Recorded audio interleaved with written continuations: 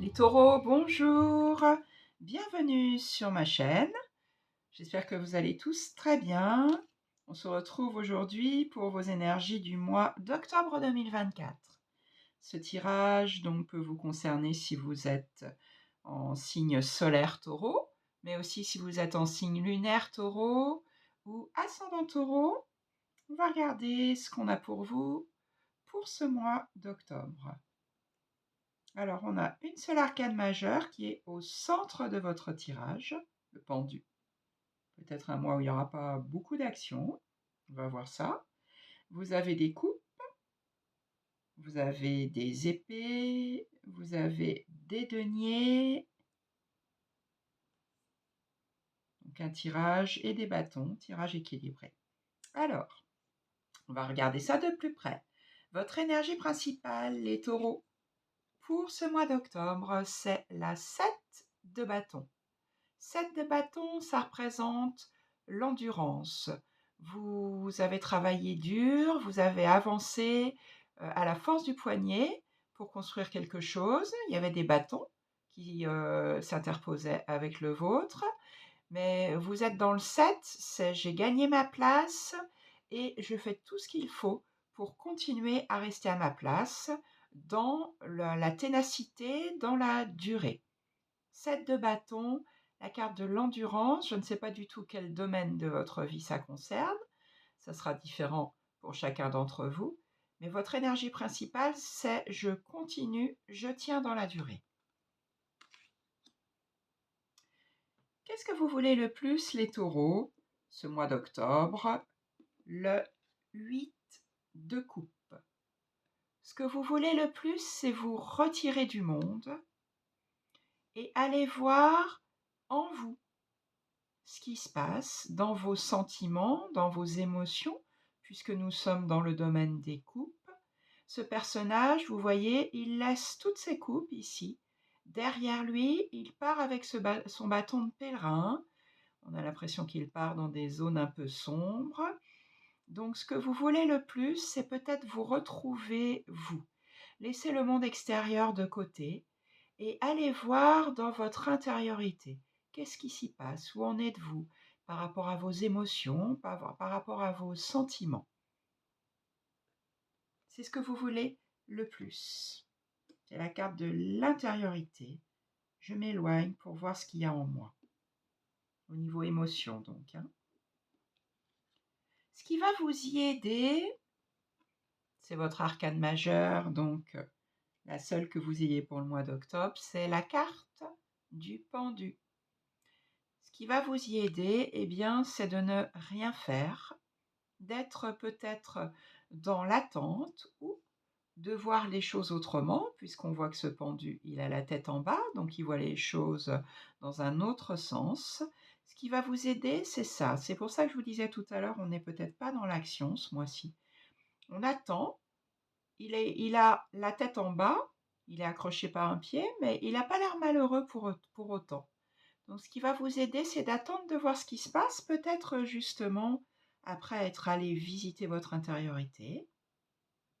Vous regardez les choses sans agir, en voyant les choses sous un autre angle, et en attendant de voir ce que ça va donner, ce que la vie va vous amener par la suite. C'est l'énergie qui va vous aider en ce mois d'octobre, l'énergie du pendu. Le défi que vous avez à relever, les taureaux, c'est le 5 de coupe. 5 de coupe, vous voyez ce personnage, c'est la carte du regret. Le défi que vous avez à relever, c'est peut-être de laisser des regrets derrière vous. Il y a 3 coupes ici qui sont tombées, qui effectivement sont vides. Ça appartient au passé.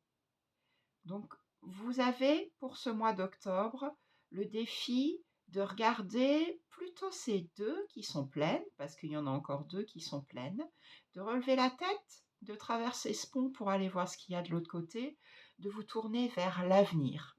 Le passé est passé, il s'est passé ce qui s'est passé, vous n'avez plus de prise dessus. Par contre, votre pouvoir, c'est d'aller vous concentrer sur ces 2 coupes et de continuer à regarder de l'autre côté ce qu'il peut y avoir, de continuer votre vie. C'est le défi que vous avez à relever. Vous sortir des regrets. C'est peut-être ce que vous allez chercher dans votre intériorité. C'est peut-être pour ça que vous avez ce que vous voulez le plus, votre plus grand besoin. C'est d'aller voir en vous ce qui se passe au niveau de vos émotions. C'est cohérent, hein. Toutes les cartes là sont cohérentes.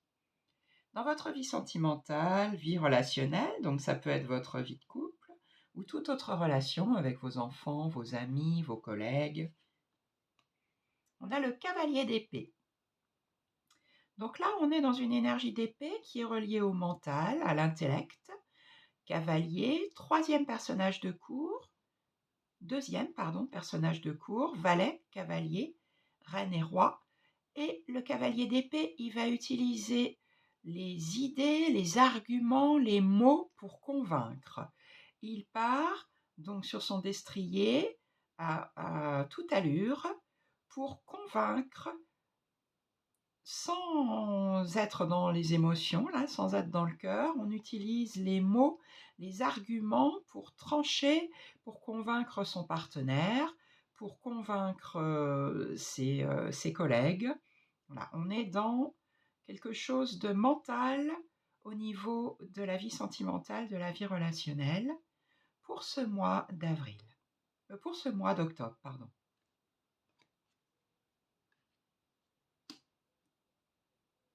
Ensuite, vie professionnelle et vie financière.